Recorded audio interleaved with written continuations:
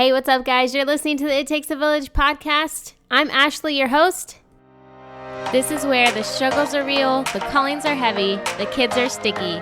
We come together because it takes a village, and this is your tribe.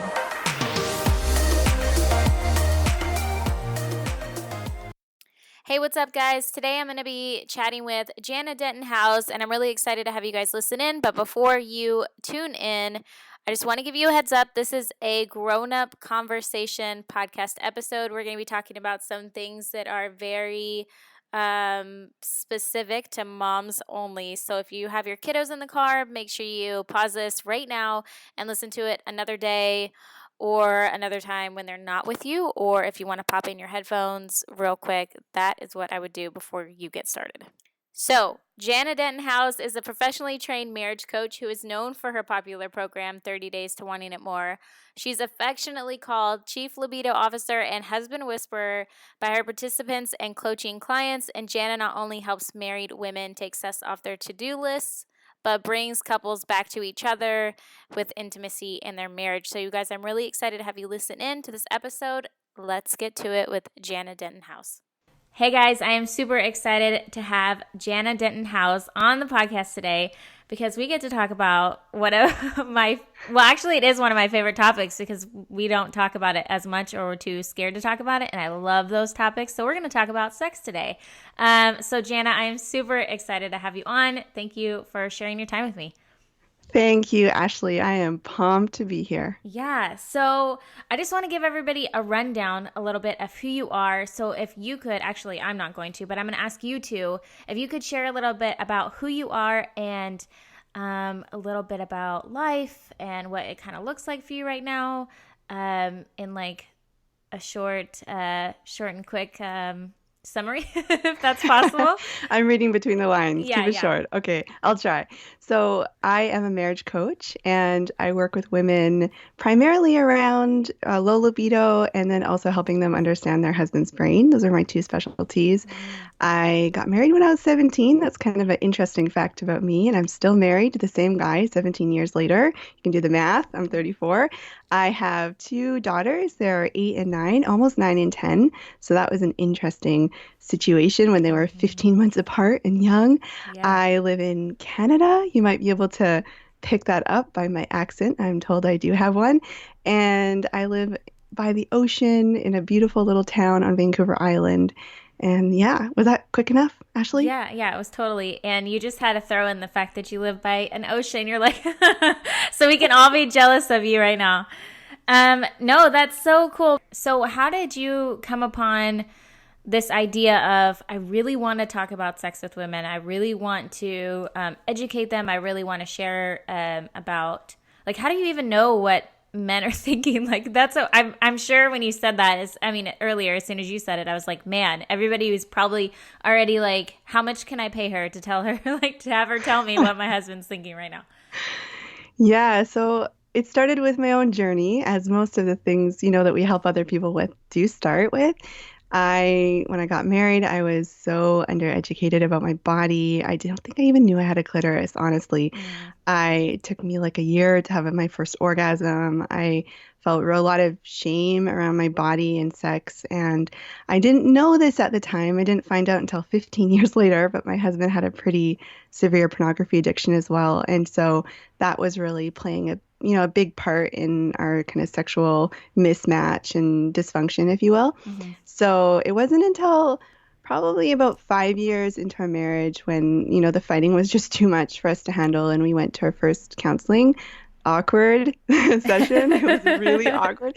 It was this tiny little box of an office, no windows. It was a guy, and we were literally like knee to knee, and he asked me about masturbation. I was so uncomfortable, and I went ahead and did it, but I just still continued to feel a lot of shame around everything, and I didn't have anyone to talk to. I remember asking my mom, kind of in a really roundabout way, like, how does this all work? And she said, oh, well, maybe you get a book or something. And that was kind of the, like, the thanks, days. Mom. Yeah, I know, the days before Amazon. So I had to like go into chapters. Oh, no. Oh, gosh, it was horrible. So I would find temporary solutions, but I would never find anything that really lasted in the long term. Mm-hmm. And boy, like we tried everything. We went to workshops. I read a million books. I went to like sex, like, $200 an hour, like sex therapists and coaches and counselors and all sorts of stuff. And I just could not find it. I couldn't Mm. figure out how we would always backslide into arguing. He wanted it more. I wanted it never. Yeah. And so finally, I ended up training as a marriage coach. I was working with couples, and I was like, you know what? This is ridiculous. I need to figure this out for myself. So I did. And I kind of created a structure, a system, if you will, that eventually, and we've been very successful on it for 3 to 4 years now. So. Well, that sounds amazing. And I know that one of the most common questions that our audience listeners ask is, how do I, like, what is this sense of libido? Because in like movies, it's always like you get this tingly feeling and all of a sudden it's like all hot and steamy, and you guys just, it's like this dramatic like telenovela thing where you guys just come at each other and it's like instant, and it's passionate and it's all these things. But then you're like looking at yourself and you're like, in your PJs, and you just like you probably have like maybe like breast milk on your shirt, or you have like dinner, and you guys are tired, and you're probably like, your bodies did not look like the people on Netflix, and you don't have like what is it called, photoshopping, and you're just, so then you're like, nah, never mind. Like, so I know that a lot of our listeners think like, well, like, how do I get to that place? How did I get here in the first place, to this place of like, I never want it, and then how do I get to the place of like achieving connection, achieving intimacy, and improving their libido? Oh gosh, where do I even begin? That was so much. So I think we have to start with the whole media conversation, Yeah. because media it teaches us so many things that are just completely wrong. And one of the things is that the desire for sex should be spontaneous. That we should just be like doing the dishes, and suddenly they just have this like lightning bolt of sexual desire. And, Yeah. we just want to like call our husbands home, for at lunch break and have a hot and steamy, whatever that looks like, Right. erotic experience. And, we don't really know the details of it, but we know that it should be like really intense and Mm. passionate and sweaty or whatever, and no talking allowed, and no like cleanup, at the Right. end of it, or awkward noises or anything like that. And so it causes us to think about sex almost from a performance standpoint rather than a pleasure standpoint. Mm. And so I find a lot of women describe the experience like watching themselves have sex. So making sure that they have the sexy noises and the sexy poses and all of that. And it's impossible to have performance and pleasure at the same time. Yeah. So actually, the women who come into my program, I get them to do a full media detox, because we need to start to, most of the work is actually unlearning what we have Mm. been taught by media and TV, which is unfortunately driven by kind of a distorted version of male sexuality. Yeah. Yeah. Do you want me to continue? Because I have Yeah, much. no, it's good. Yeah, and I mean, when you're talking, I'm just thinking about how like even in junior high, and I tell my husband this all the time because we have discussions about our intimacy life, and I'm like, sex ed and like junior high and high school or whatever it was that I had this or had went through that like 30-minute video with like a health teacher that was supposed to like set you up for life basically, because you never talk about it again. But I was like, that was useless. Like, I learned nothing. I had no idea, like I have no idea all the things that I've learned just researching on my own. And it was basically up to that one class and then what my friends told me. And that's what I thought I knew. And media, like you say. And so that's why I think that a big part of the reason why so many of us go into this and we have that shame feeling, or we have the feeling like we aren't doing something right, or we're broken, or something, a part of us is not working. And it's devastating to a lot of us, and it's embarrassing. And I hate that a lot of women feel that way, and I hate that they feel like they don't have any answers. Yeah, oh my gosh, it makes my blood boil. I was really, really happy to know that my daughter, my oldest daughter, she's 9, she just went through kind of the sex ed conversation, and their teacher told them about the clitoris and that it was for sexual pleasure. And I was so I even wrote to my daughter's teacher congratulating her. And I was so happy. You can't imagine the smile I had on my face when my daughter was in the car telling me about that. So yeah, I really hope that sex ed in the school can start to transform a little bit. And because there's been so many studies that suggest or really show that when you talk about pleasure with girls in particular, their chances of negative sexual experiences decrease dramatically. So, Mm.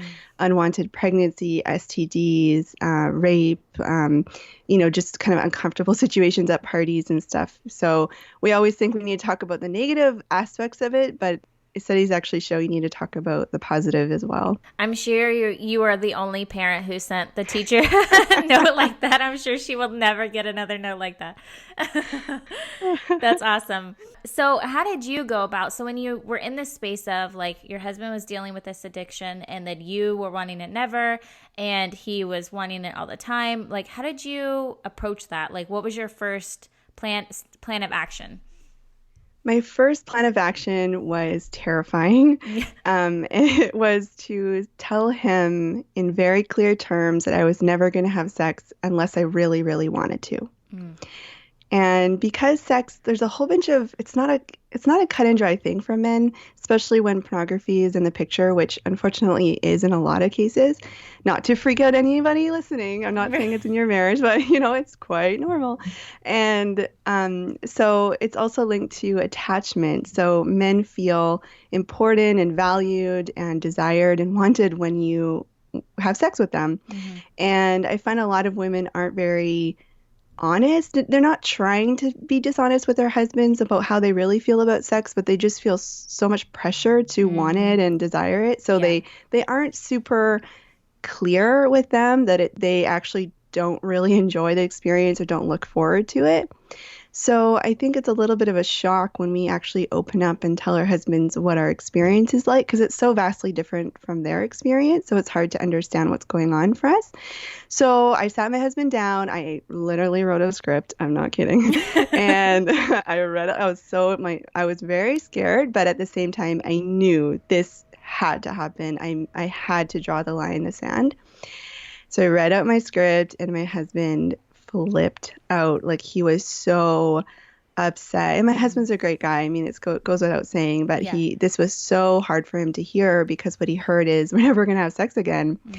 And I tell women it's kind of like if your husbands came home one day and said, I love you and everything and all that, but those heart to heart conversations that we have, nah, I don't really like them. I'm not going to have them, basically ever. Yeah. It's so terrifying, right? Because Yeah. it's linked to attachment. Mm. But at the same time, you have to create really firm boundaries. And so that was my first step. I, slept on my friend's couch that night. It wasn't pretty, but eventually we worked it out. And then I moved forward into my other kind of steps. Yeah, I would love and let's talk about those because I think that these are going to be really helpful. And it is the 4 paths to pleasure. The roadmap to wanting more is this like kind of map that you've created to kind of guide women back into this healthy space and idea of sex and intimacy. And so I'm really excited to see how it kind of transformed your guys' relationship. And also, I just love when we have practical tips. Like we can talk all day about like, oh yeah, like it'd be great if, you did it this many times a week and if you were doing this and that, like, but then I always want to ask people like, okay, but how? Like how do we Yeah. do that? And so Oh my I'm gosh, really I'm excited all for you to about the share. how. Yeah. I'm all about the how. Okay. Yeah, I can't tell you how many books I've just like thrown away because I can't handle the psychobabbly kind of Yes. theoretical garbly goop that drives me nuts. Okay, so let's get into the nitty-gritty here. So the first step, it doesn't happen in the bedroom. It doesn't even to do with your genitals. It's about prioritizing your everyday pleasure. So that I give women 3 practical ways to do this. It's a little different than self-care because I really believe that pleasure is almost this essential nutrient for women that a lot of us are in a deficit with. Mm-hmm. And so it's, there's three ways. The easiest way is just to extract pleasure from just whatever you're doing. Like, so as you're listening to this with your earbuds in your ear, wherever you are, you can use your five senses to extract a little pleasure from your environment. So, for example, right now I have the sun streaming in my office. I love the sun. I live on the west coast of Canada, so we get a lot of rain here. The trees. I can look, my desk is this beautiful turquoise color. I can extract some pleasure from that. Mhm. Feel the pillow. You get the idea. Right. So you're not talking about like, hey, go out and find all these things that sexually pleasure you, but like No, legitimately just feel internally. good. Yeah. Okay, cool. Yeah, what feels good?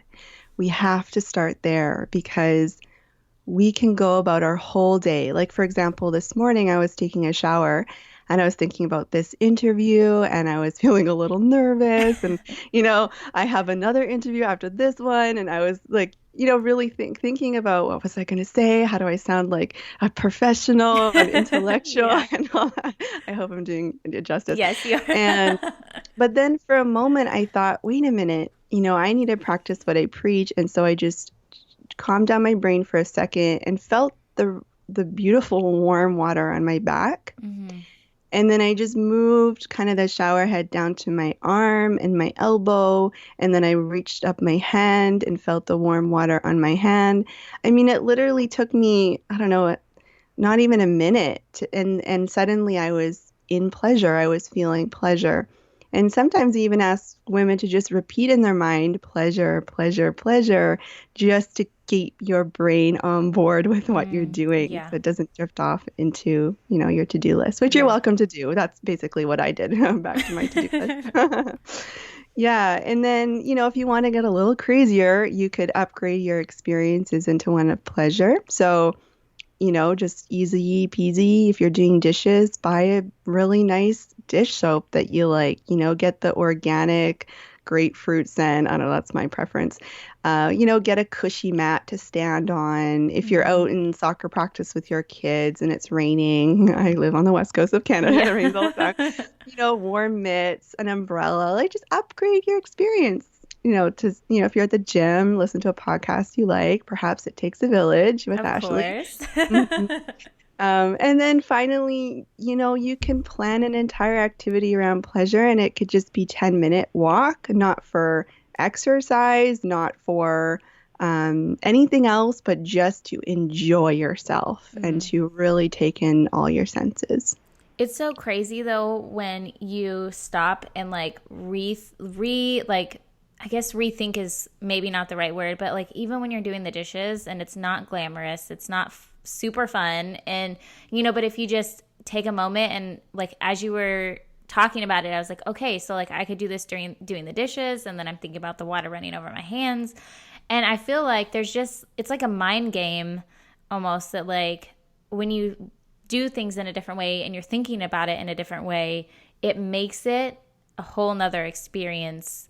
Um, and it's sort of like, how you practice what your gratitude, what you're thankful for every day, and how it just changes your mindset. It changes the way you look at the whole day. I think this is similar to that in that it's giving you an experience that's making you come into the day in a different way. And that's really neat.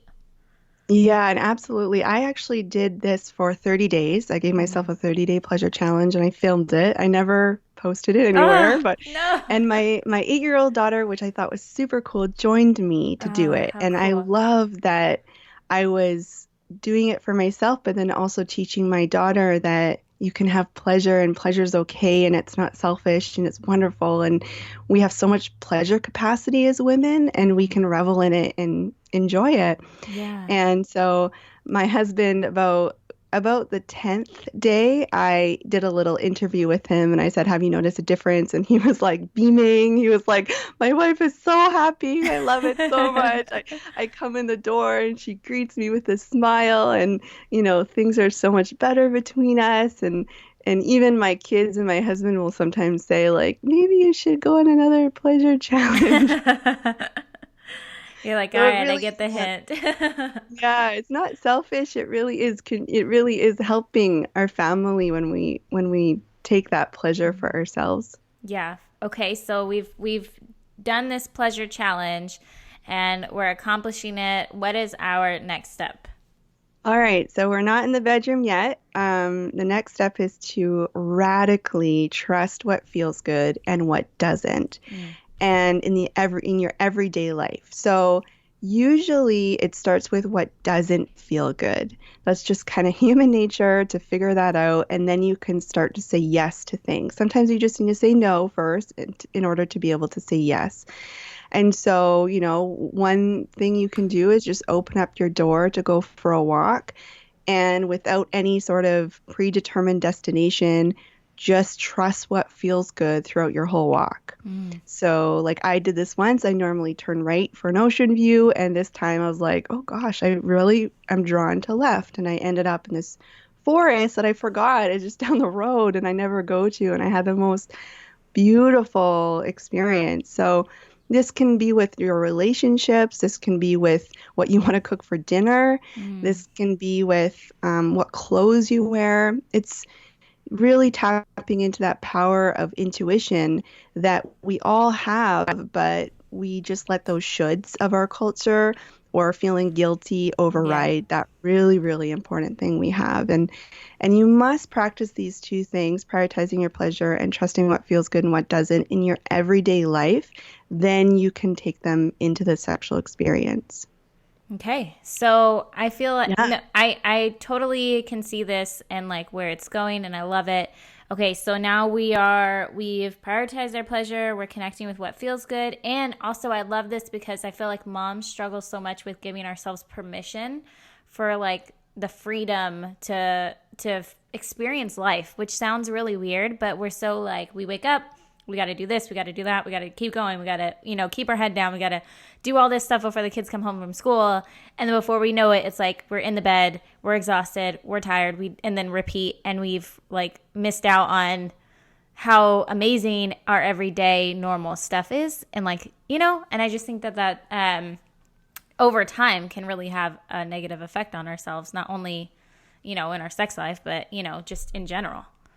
Yeah, and if I could just do a little tangent here before we go on to path number three, is Yeah. that I have a lot of women say, Jenna, I just feel resentment. I Mm, feel, something's happened in my past with my husband, or I just feel resentment around housework or around yeah. childcare or whatever it is. And the reality is that you have ownership of your own needs. And Mm. I find a lot of women look for permission from their husbands or for their husbands to have equal enthusiasm about their needs than as they do. Yeah. And, and that idea that when you have resentment, it's actually an unmet need, it can be so powerful and empowering that you can just go ahead and get that need met once you figure out what it is and take Mm. ownership of that. So I love that you brought that up. Yeah. No, that's really good. Okay, so tell me step number three. Step number three is fun. And actually, I'm doing a live round on my program right now. We're just in step number three, so I'm all about it. And it's connect with your body. So, us women, a lot of us have a very interesting relationship with our bodies. And it's not our fault.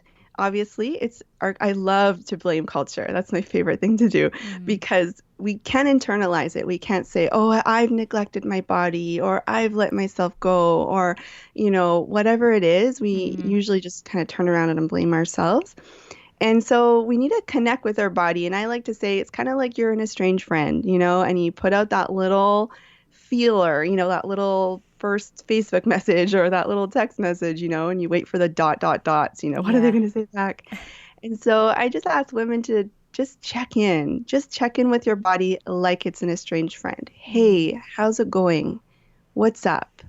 What do you need? How are you feeling? And the first response usually women get is like, I'm feeling neglected, I feel lonely, whatever, and then guilt. Mm-hmm. But we just have to have so much compassion for ourselves that we just really have a lot of expectations and pressure from our culture about what our bodies should look like. Mm-hmm. So that's your whole body. But then the most courageous step is to have like a face-to-face meeting with your body. And, first you send out the little Facebook message, and now it's like to meet at a coffee shop. And, and you maybe haven't seen her in a while, and maybe she's had a haircut. I don't know if you know where I'm going with this. But it's time to see the part of you that you really don't see very often, and, Hmm. and, and is usually linked with a lot of shame and weird religious-y stuff or childhood messages, like don't look, don't touch, but it's your vulva. And I like to use the term vulva. I think words matter, but I have women who, one just posted this morning, she's going to call hers Queen V. Oh. I've heard one call hers like Lady Penelope was another one, which is awesome. Mine's just vulva. I don't have a cute name for her.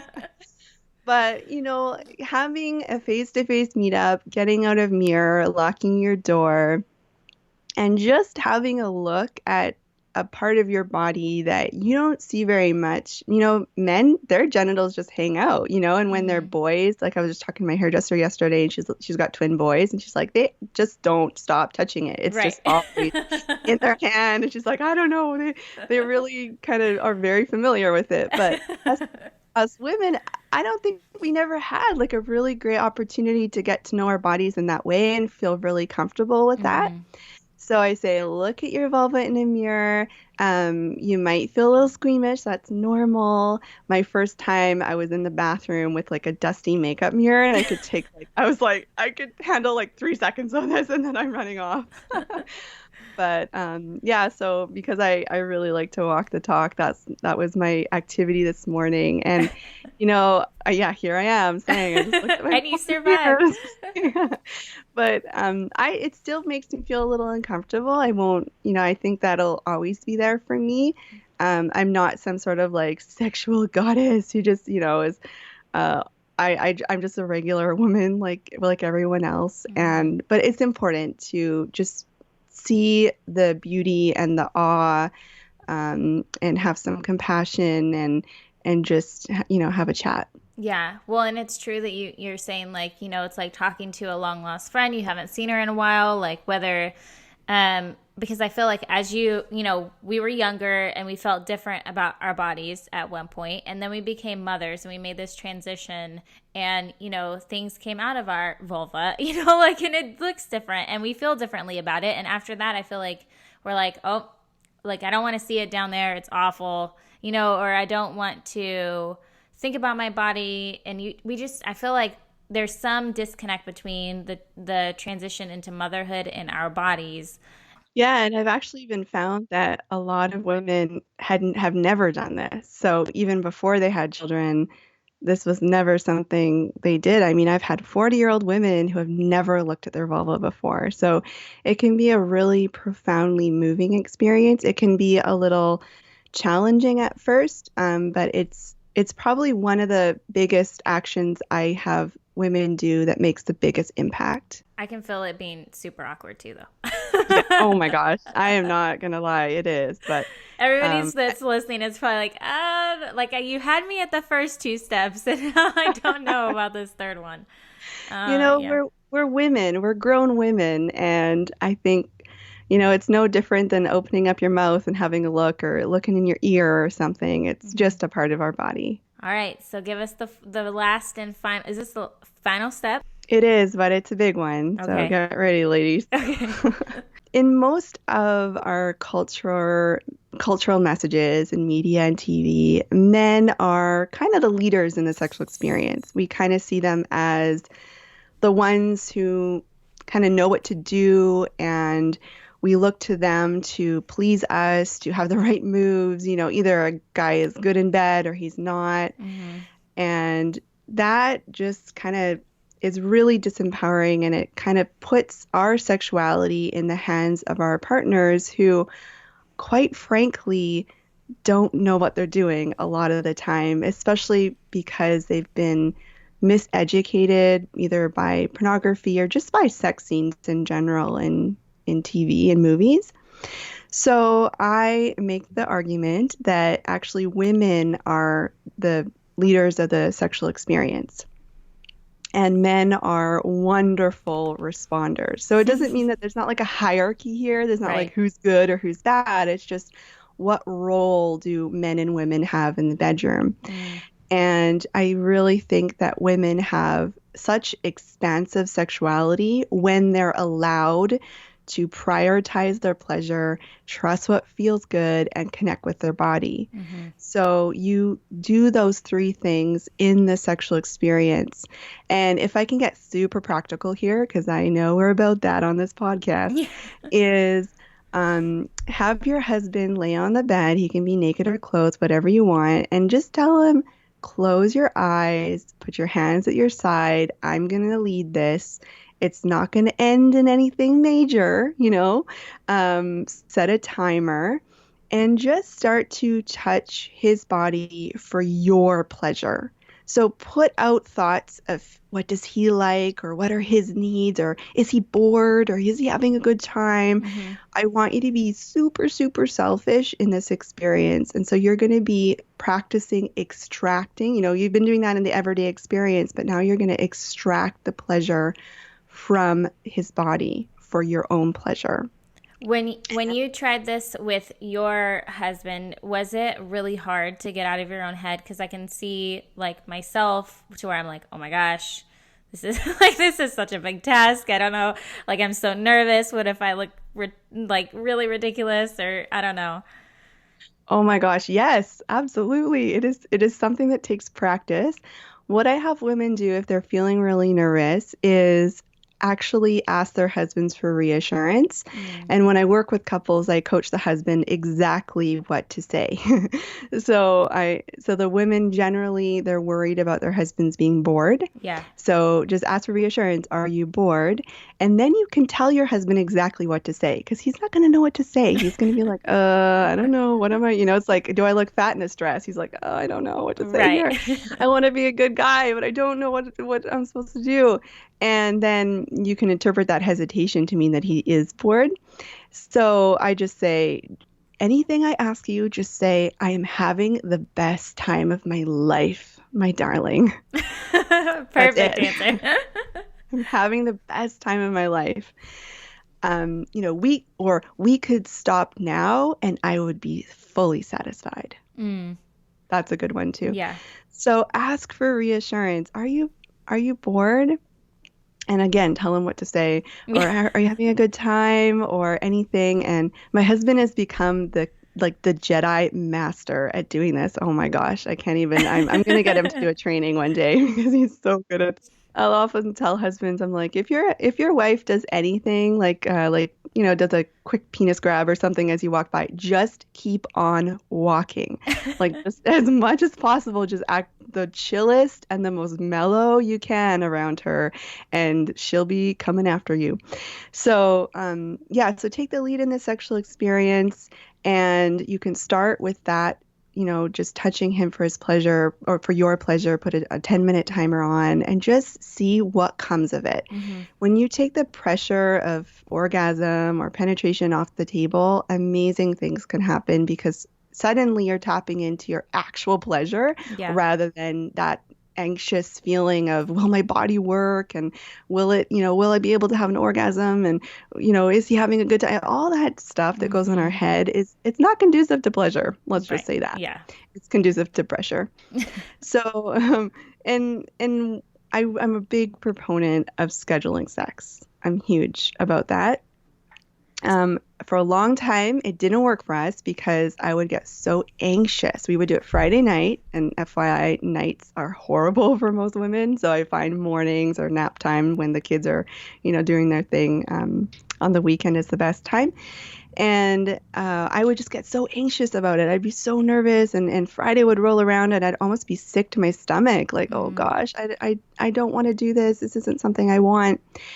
And so you need to take the lead in the sexual experience in order for this to work. Mm. So you are running the show and your husband is along as the responder. Mm.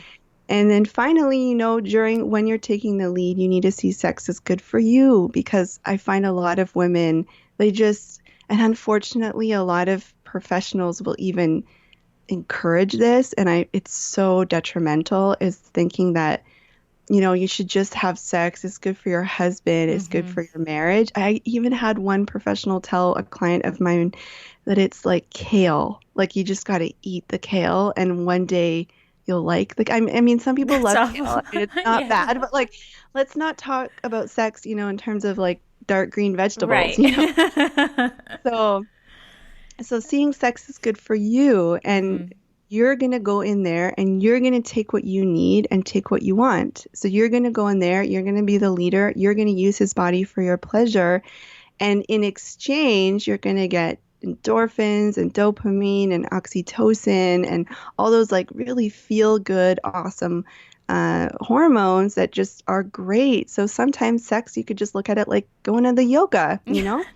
And so, did I just say the yoga? The yoga, Well, I mean, yeah, the you know, sex.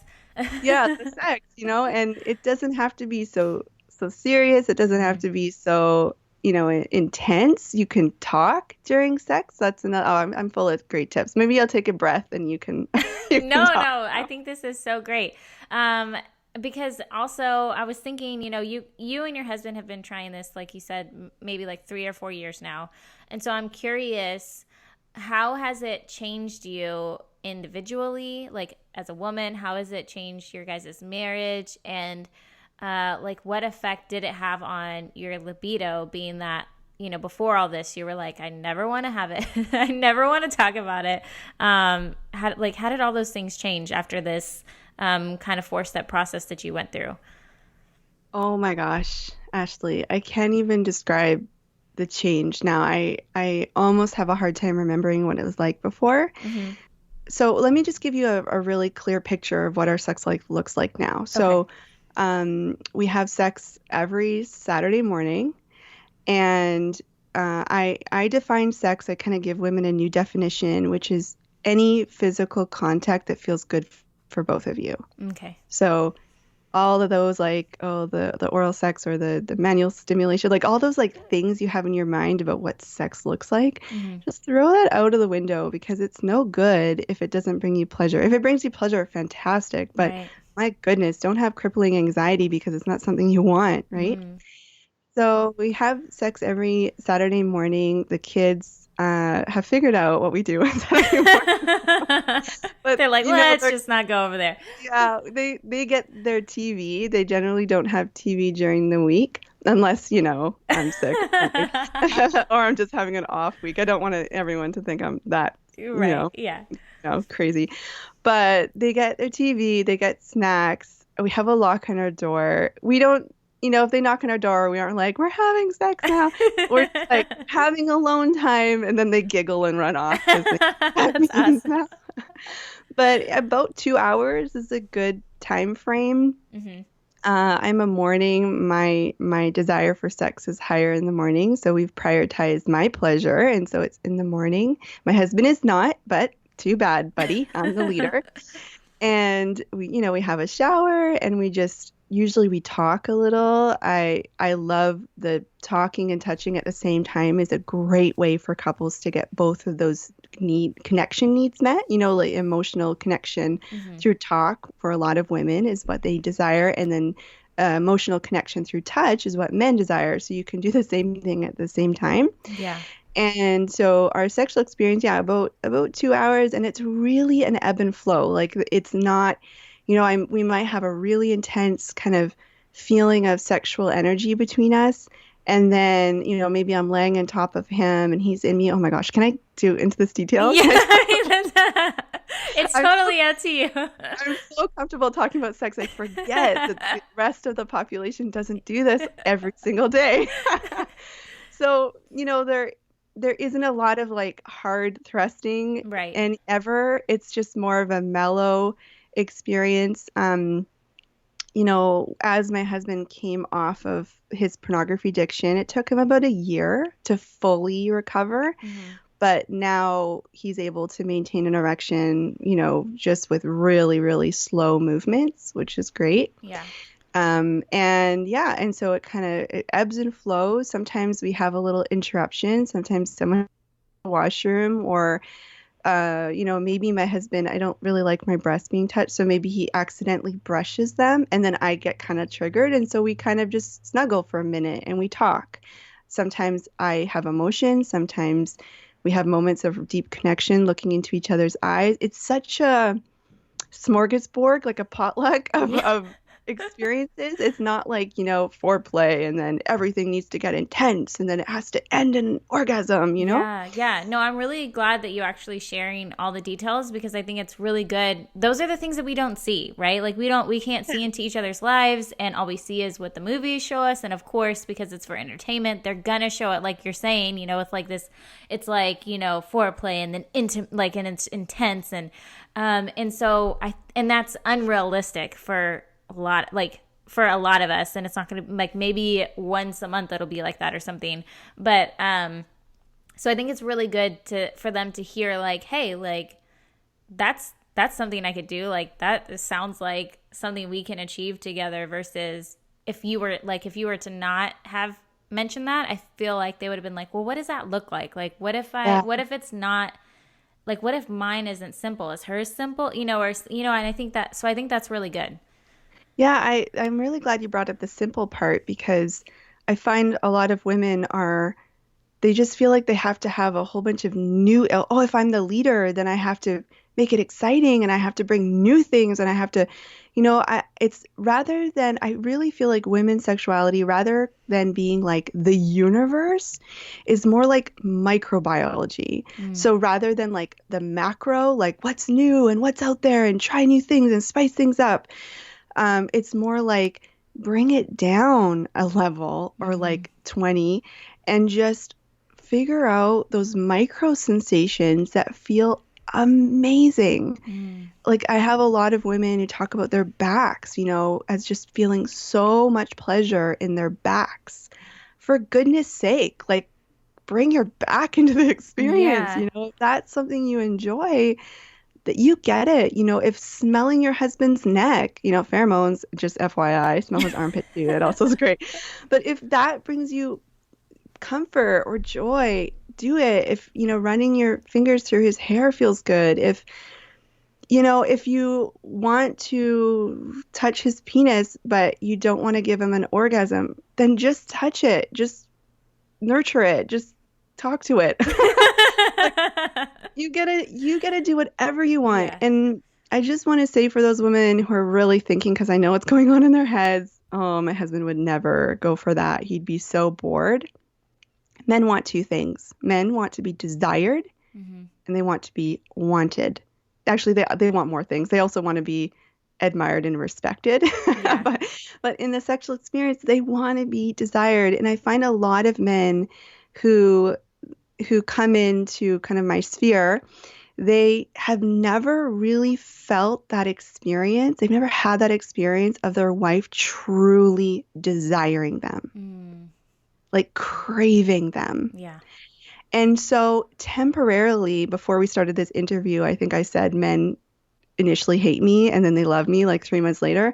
Because initially I say, whoa, like we got to put the brakes on everything that's been happening. And I get women to take a 3-week break from sex, Oh no yeah. sexual Oh, activity. so they definitely don't like you. They really don't like me. And they're like, wait a minute, my wife just started a program called 30 Days to Wanting It More.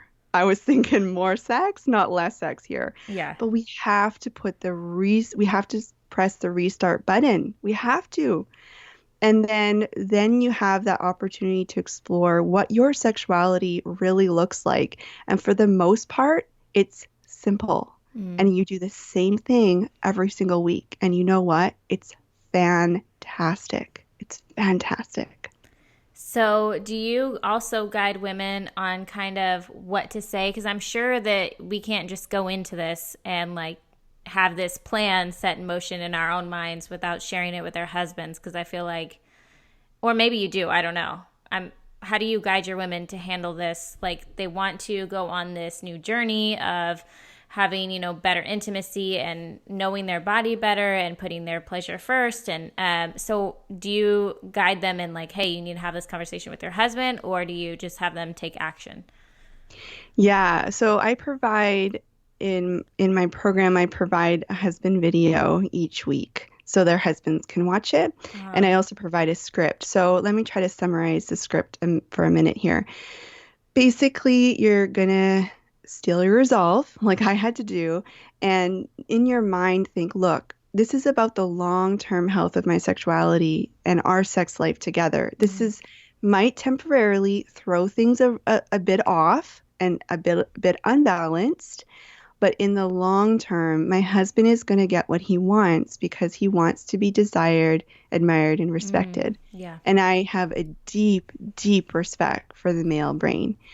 You know, some women think, oh, we're going to come into this program, it's going to be about male bashing or something, and it's not at all. I really, really, really think very highly of men, and I think they're very misunderstood in our culture. So I ask the women to invoke the hero in their husbands because men just have this hero-ness in them. And I know it sounds really cheesy, but you can even say, like, I really want to look at our sex life and I really want to improve it. And it's not your fault. That's really important to say to men. It's Mm, not your fault. You haven't done anything wrong. I've just been fed my whole life, messages from the media and about what I'm supposed to like. And I want to figure out what I really like so that we can have really amazing sex together. mm, Now, for this to happen, I need a little time. I just need a little break to figure out a few things about my own body and how to tap into my own pleasure. mm. Can you be my hero and help me in this? I don't know if I really finished that thought about men have never really felt desired by their wives because I tell you, 30 days or a couple months later, I hear from the husbands on the Mm-hmm. other side and they have huge grins on their faces. And they just report, I never knew what I was missing. I Mm, didn't know that's what I was craving this whole time. I thought I was craving intensity. I thought I was craving harder and faster. I thought I was craving novelty and excitement and anal sex, for example, because mm-hmm. that's what they see in pornography or whatever. But that's that wasn't what they were looking for. Mm, So if they were saying, I'm bored, or let's spice it up, or I want to try new things, what they were really saying is, I want you to want me and mm. desire. Yeah. And I mean, if you think about it, we're two separate, completely different people who have come from different backgrounds and we've been fed different things, and our friends told us different things, and here we are trying to come together. And I so, like, know. there's no wonder that, when you try to create this intimacy and this really good connection between you guys, that, like, it's it's really hard because you have like all this baggage. I mean, it's just like a relationship. You got to figure out like how to redo it, but together instead of like bringing two separate ideals and trying to fit them like, a mixed mashed maxed puzzle piece or whatever. Yeah. Exactly. And as you were speaking, I just want to mention one more thing. I didn't really complete the picture of where we are in our sex life right now. Mm-hmm. And I think this is really important. I don't I don't really crave sex right now. I don't have that doing dishes, lightning bolt to my genitals kind of feeling. I don't. I find my husband attractive, but I don't feel like ripping off his clothes. But that's because most women have responsive desire, not spontaneous desire. Mm. Only about 30% of women have that feeling of, oh my God, I need sex right now. Let's do it in the car kind of sensation. Yeah. Most women get into the sexual experience, they warm up a little bit. I call it easing in.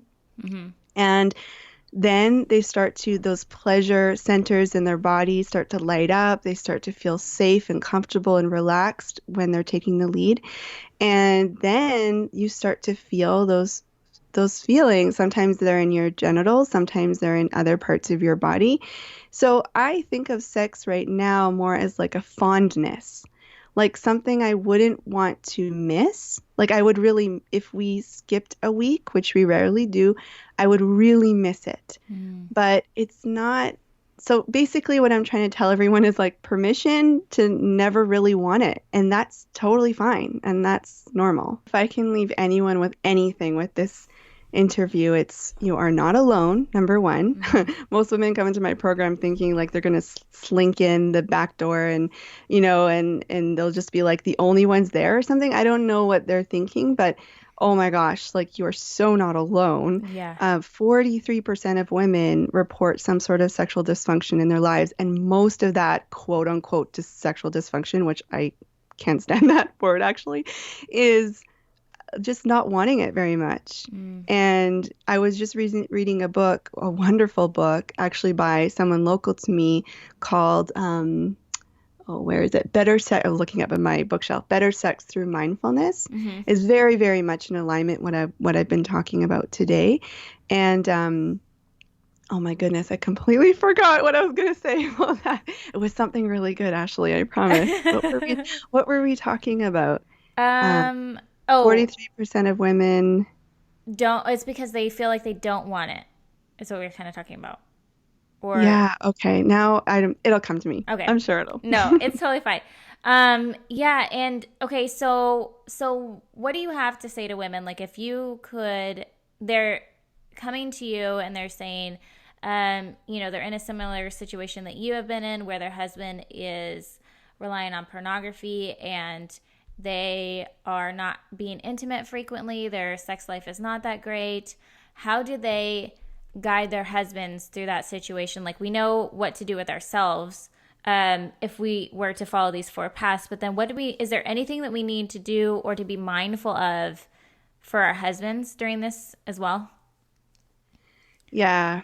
Okay, so the pornography conversation is almost like a separate conversation because if pornography is in the picture, as Mm-hmm. it was with my sex life for so long, it will always affect your sex life. Mm. Always.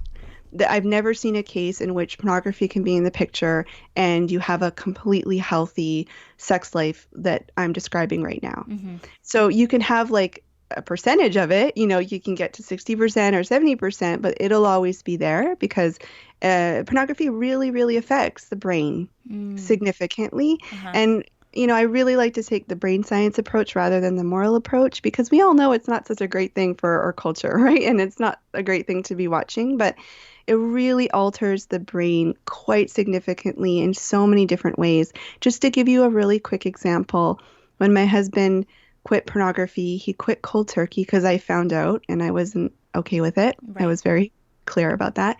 Um, he eventually got a massive promotion at work. He lost 85 pounds. Mm. He started to sleep way better. His anxiety decreased. He stopped taking a kind of medication. He was happier. He didn't have that neediness that he had had most of our marriage. So we kind of had that like cat and mouse kind of game in our relationship that completely went away. I mean, he had gone to lots of counseling to try to figure that one out. So it's a big thing. Yeah. The one tip I say is don't be okay with it. Mm. Just don't be okay with it. I find a lot of women go on years and years like, oh yeah, I know he does it. It makes me feel really gross, but I don't know. I guess he just has to do it, or they internalize it and blame themselves like, oh, it's because I don't have sex with him much. So, well, it's kind of the necessary evil kind of. Mm-hmm. And Yeah. I just want to encourage women, if you're listening to this, first off, just ask your husband. That's it ended up what happening to me. I listened to a podcast and there was interviewing like 6 men and they all had experiences with pornography. And I was like, whoa, wait a minute, that's 100%. That Yeah. is a big percentage. And so I went to my husband and I asked him point blank. I'd never done that before because I'd never thought it was an issue at all. And he looked at me a little sheepishly, and I mean, it was a big courageous moment for him, right? Like Yeah. he could have said no, or he could have sided, gone somewhere else, but he looked at me and he said yes.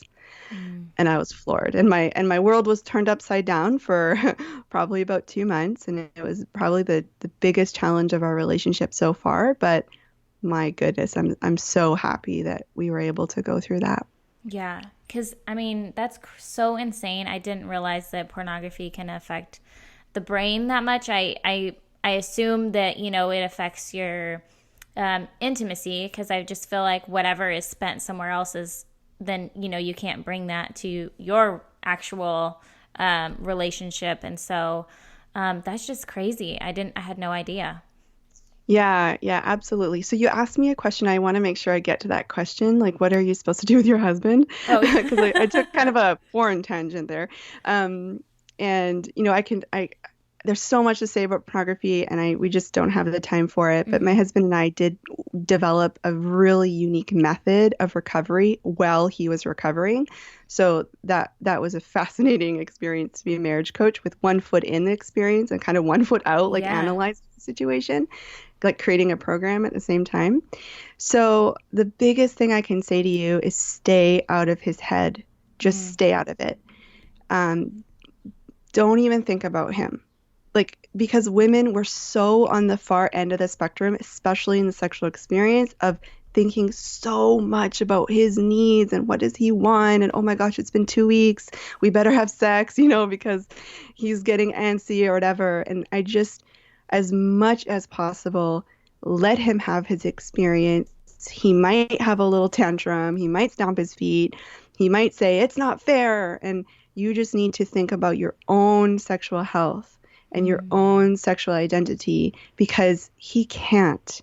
He doesn't have the capacity. He doesn't understand female sexuality. So that is your responsibility. And just look inward and you'll be fine. The most common challenge, when you dig down all the layers, Hmm. the worry is I'll be abandoned. Hmm. That's generally what it all boils down to. So you can be really like self-assuring, like he won't leave me. I'm good. We have a stable relationship. It's okay. We can survive this. What we can't survive is going years and years and years like this, Mm. and Yeah. and me feeling like I don't want it, feeling used, feeling objectified, whatever you're feeling broken, feeling like you have to fix yourself, whatever. That's not going to be good for, think 10, 20 years down the line, right? Before we go on to my last three questions that I have for you, I wanted to let you share for those women who are listening and they're like, "Man, I really would like, help with this. I don't want to do it on my own, or I, want assistance, or I want to go through the steps with Jana." Like, where can everybody follow you? Where can they find you? And also, where can they find out more about the 30 Days to Wanting More program that you have? Yeah, so the best place is just my website, janadentonhouse.com. I won't spell it. It's kind of I'll a put it on the show notes, so it'll be good. okay. Yeah, without a hyphen. Okay. My name is hyphenated. That's a whole other story in itself, but I won't go into that. And there's a services tab on my website, and you can find all the different services I have. All right, so I'm going to ask you these last three questions. The first being, if you could choose one of the most influential books or podcast or whatever, what would it be? This is a really tough question because I love reading. I love it. But if I had to pick one on this topic in particular, it would be Come As You Are by Emily Nagoski. What is your favorite form of self care, or what is something that you do for you that gives you life? Oh my gosh, I love talking about this. So we live by the ocean and the Pacific Ocean, and it's Mm-hmm. beautiful. And where I live, thankfully, the city has reserved all the oceanfront for public use. And so we have this beautiful paved pathway. So my favorite activity is when it's sunny out to go down on my rollerblades and pop in some good folk music with a little banjo and ride that sea walk. And I have given myself permission to just look ridiculous. So I would call it more like roller dancing rather than rollerblading. That's awesome. I've been telling my husband, my 30th birthday is coming up. And so I was telling him, I was like, I think honestly, the only thing I want for my birthday is like roller skates. And he was like, that is the weirdest thing. And I was like, no, I like, it's been so long and I used to love it as a kid. So like, why would I not do that now when it brought me so much joy and it was so fun? Yeah, and I'm even 4 years older than you, Ashley. So here, permission to do it now. If you could empower women in one way, what would it be? Another challenging question. Basically everything I've said. No. Yeah. Take charge of your sexuality. Mm. It's like from this moment on, honestly, I want everyone to just think, This is my body. This is my pleasure. This is, I own this body. It's mine. And whatever I do with it is my decision. And whatever I do with it is something that should bring me pleasure. I don't want anyone ever again, if you're listening to this podcast, you needed to hear this message for whatever reason. I don't want you to have any more sexual experiences that you don't fully enjoy. And I don't care if the whole time you're just holding your husband's hand. If you enjoy that, that's what you're doing, honey. Hey guys, that's it for today. I hope you enjoyed that episode. Make sure you tune in again. I'm going to have Jana on. I know we touched a little bit about her husband's struggle with pornography and pornography in their marriage. And so we did a second episode to dive deeper into that and how they work through that as a couple and the steps and the process that that looks like. So if you can relate to that situation, there will be a lot of practical tips in that episode to come. I hope you guys listen in next week and make sure to review and leave a rating on iTunes. See you guys next time.